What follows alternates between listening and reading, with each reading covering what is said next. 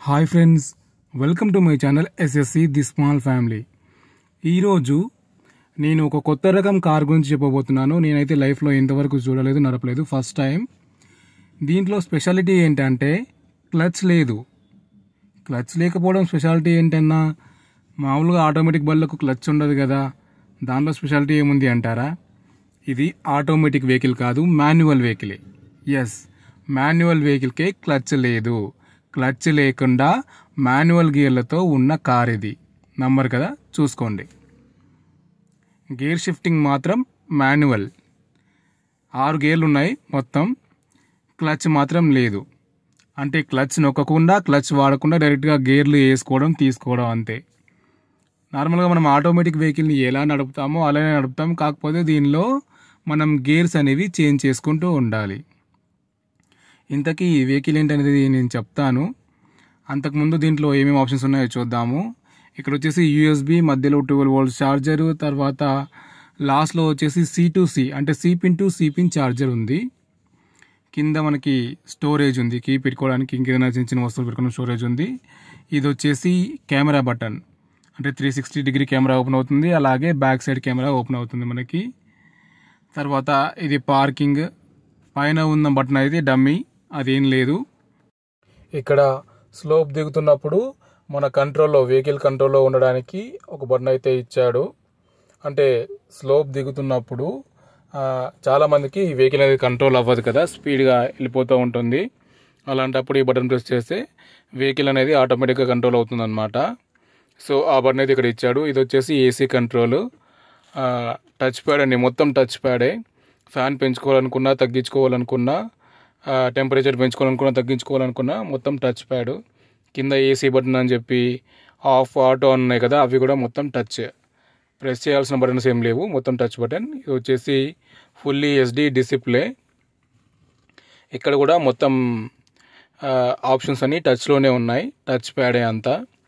Screen లోపల ఉంది touch, అలాగే బయట కూడా ఉంది. అలాగే డ్రైవర్కి లెఫ్ట్ హ్యాండ్ సైడ్లో వైపర్ కంట్రోల్స్ ఉన్నాయి. దీనికి బ్యాక్ వైపర్ కూడా ఉంటుంది, దాని కంట్రోల్స్ కూడా ఇక్కడే ఉంటాయి. వైపర్ స్పీడ్ అడ్జస్ట్మెంట్ అది. రైట్ సైడ్లో నార్మల్గా లైట్ కంట్రోల్స్ ఉన్నాయి. ఇలా ఆన్ చేస్తే లైట్స్ అనేవి, హెడ్ లైట్స్ ఆన్ అయిపోతాయి. తర్వాత ఇండికేటర్, కింది కంటే రైట్ సైడ్ ఇండికేటర్, పై కంటే లెఫ్ట్ సైడ్ ఇండికేటర్. ఇది అందరికీ తెలిసిన విషయమే కానీ చెప్తున్నాను. లైట్స్ అనేది దీంట్లో ఆటో ఆప్షన్ ఇచ్చాడు. ఆటోలో పెట్టుకుంటే మనకి చీకటి పడ్డా కొద్దీ ఆటోమేటిక్గా లైట్స్ అనేవి ఆన్ అయిపోతాయి అన్నమాట, అడ్జస్ట్మెంట్ చేసుకుంటుంది ఆటోగా. ఇది వచ్చేసి మనకి డాష్ బోర్డ్.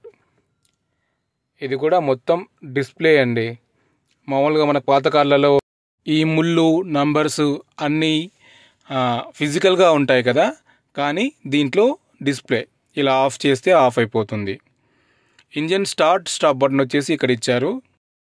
ఇక్కడ ఆటో స్టార్ట్ స్టాప్ బటన్ అనేది, అంటే ఇది ఆన్ చేసుకుంటే మనకు ట్రాఫిక్లో వెళ్ళేటప్పుడు బ్రేక్ నొక్కి పట్టుకుంటే మామూలుగా బండి ఆఫ్ అయిపోతుంది. అదే మళ్ళీ బ్రేక్ రిలీజ్ చేస్తే, బ్రేక్ కానీ క్లచ్ కానీ రిలీజ్ చేస్తే బండి మళ్ళీ స్టార్ట్ అవుతుంది. పెట్రోల్ సేవింగ్ అన్నమాట. ఇక్కడ వచ్చేసి మనకి side mirror controls, lock, unlock, అలాగే మిర్రర్ చైల్డ్ లాక్, అలాగే 4 పవర్ విండోస్ కంట్రోల్స్ అనేవి డ్రైవర్ పక్కన ఇవ్వడం జరిగింది. ఇంకా స్టీరింగ్ పైన కంట్రోల్స్ చూసుకుంటే ఇక్కడ క్రూజ్ కంట్రోల్ ఉంది డ్రైవర్కి. రైట్ హ్యాండ్ సైడ్లో మనము ఎంత స్పీడ్ వెళ్ళాలనుకుంటున్నామో అంత స్పీడ్లో బండి ఉన్నప్పుడు పైన బటన్ కనిపిస్తుంది కదా, కార్ మీటర్, అది ప్రెస్ చేస్తే క్రూజ్ ఆన్ అయిపోతుంది. తర్వాత స్పీడ్ పెంచుకోవడానికి, తగ్గించుకోవడానికి అక్కడ ఆప్షన్స్ ఉన్నాయి. లెఫ్ట్ సైడ్లో మాత్రం మనకి FM కానీ లేదా సాంగ్స్ కానీ చేంజ్ చేసుకోవడానికి, వాల్యూమ్ తగ్గించుకోవడానికి, పెంచుకోవడానికి, వాయిస్ అసిస్టెంట్, అలాగే కాల్ లిఫ్ట్ చేయడానికి, కట్ చేయడానికి ఒకటే బటన్ ఇచ్చారు.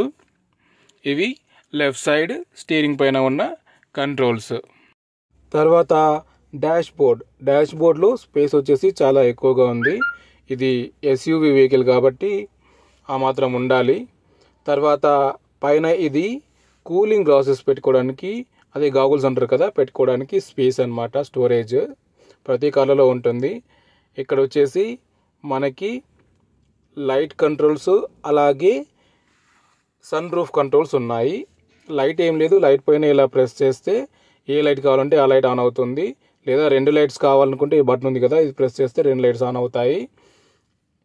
ఇదేంటో ప్రెస్ చేసినా ఏమీ అవ్వలేదు, నాకు అర్థం కాలేదు. ఇది సన్ రూఫ్.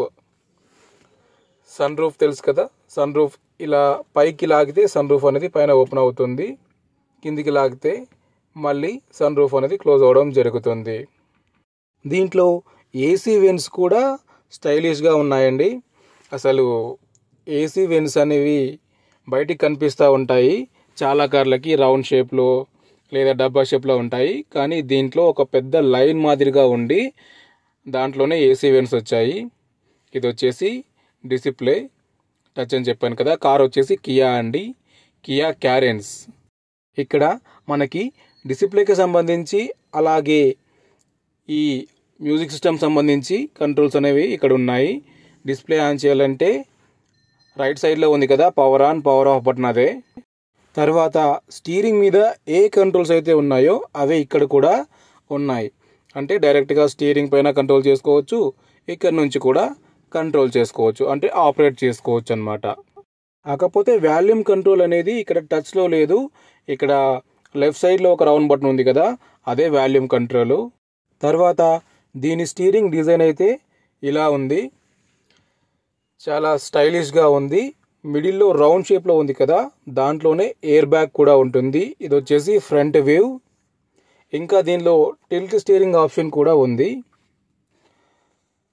ఫ్రంట్ వ్యూ వచ్చేసి చాలా బాగుంది. ఇది వచ్చేసి 6+1 అంటే 6 ప్యాసింజర్స్ ప్లస్ 1 డ్రైవర్ అనమాట. 7 సీటర్ వెహికల్. 7 సీటర్ వెహికల్ అంటే 7+1 కాదు, 6+1. మొత్తం 7 మెంబర్స్ దీనిలో ట్రావెల్ చేయొచ్చు డ్రైవర్తో కలిపి. ఈ వెహికల్ నేమ్ వచ్చేసి కియా క్యారెన్స్.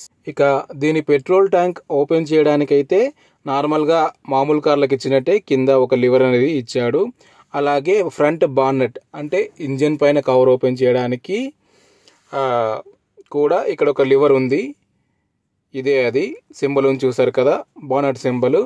దాన్ని పైకి లాగితే ఫ్రంట్ బానట్ ఇంజన్ కవర్ అనేది ఓపెన్ అవుతుంది.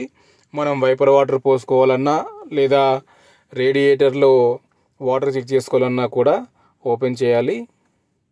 ఇది వచ్చేసి లాక్ అన్లాక్. మనం డిక్కీ బూట్ స్పేస్ ఓపెన్ చేయడానికి అన్లాక్ చేస్తే సరిపోతుంది, దానికోసం సపరేట్గా లివర్ అయితే లేదు. ఇక ఇది వచ్చేసి దీనికి కీ ఏంటి ప్లెయిన్గా ఉంది అనుకుంటున్నారా? మరి కంట్రోల్స్ ఇక్కడ అదే వెరైటీ. అంటే కంట్రోల్స్ మొత్తం సైడ్లో ఉన్నాయి. ఇది లాక్, ఇది అన్లాక్, ఇది హోల్డ్, ఇది బూట్ స్పేస్ ఓపెన్ చేయడానికి. ఇదైతే చిన్నగా ప్రెస్ చేసి మనము ఒరిజినల్ కీని అంటే రిమోట్ కీ కాకుండా అన్లాక్ చేయడానికి ఒరిజినల్ కీ అయితే ప్రతి రిమోట్ కీలో ఉంటుంది, ఇలా ఓపెన్ చేసుకోవచ్చు. నేను సింగిల్ హ్యాండ్తో ఓపెన్ చేశాను కాబట్టి కాస్త టైం పట్టింది. అది ప్రెస్ చేసి లాగితే ఓపెన్ అయిపోతుంది. ఇది వచ్చేసి టోటల్ వెహికల్ అవుట్లుక్ అండి. కియా క్యారెన్స్ 6+1 వెహికల్ అవుట్లుక్ వచ్చేసి ఇలా ఉంటుంది. ఇది ఎస్యూవి సెగ్మెంట్లోకి వస్తుంది, పెద్ద బండి కాబట్టి. కానీ ఈ వెహికల్ నడిపేటప్పుడు నాకు ఒక 5 నిమిషాలు అయితే నాకు కన్ఫ్యూజ్ అయిందండి కొంచెం. ఎందుకంటే మామూలుగా మాన్యువల్ కార్ అంటే మనకి క్లచ్ తొక్కడం బాగా అలవాటు కదా, కానీ దీనికి క్లచ్చే లేదు, కానీ గేర్స్ ఉన్నాయి. ఏం పర్వాలేదు. నా లైఫ్లో ఇలాంటి వెహికల్ని నేను ఫస్ట్ టైం, నా 10 ఇయర్స్ డ్రైవింగ్ ఫీల్డ్లో ఫస్ట్ టైం నడిపాను. అయితే ఈ వెహికల్ని ఏమంటారో నాకైతే తెలియదు. నేను వచ్చేసి సెమీ ఆటోమేటిక్ అంటారనుకుంటున్నాను. మీకు కనుక తెలిస్తే కామెంట్ చేయండి. ఇక రేర్ ఏసీ వెంట్స్ అయితే మనకి పైన తలపైన ఇచ్చాడు. చాలా అంటే బస్సులలో ఉంటుంది కదా, ఆ షేప్లోనే కొంచెం డిజైన్గా తలపైన రేర్ ఏసీ అనేది ఇవ్వడం జరిగింది. మొత్తం లాస్ట్ వరకు 4 ఏసీ వెంట్స్ ఉన్నాయి. ఇది వచ్చేసి మిడిల్ రూమ్ ల్యాంప్, అలాగే వెనకాల కూడా ఉంది, దాని బటన్ వచ్చేసి అక్కడ ఉంది. ఇదండి మొత్తం కియా క్యారెన్స్ యొక్క new model semi automatic vehicle, అంటే మాన్యువలే కానీ క్లచ్ లేని వెహికల్ యొక్క రివ్యూ. కొత్త వాళ్ళు కనుక ఈ వీడియోని చూస్తున్నట్లయితే దయచేసి సబ్స్క్రైబ్ చేసి నాకు సపోర్ట్ చేయండి. Thank you.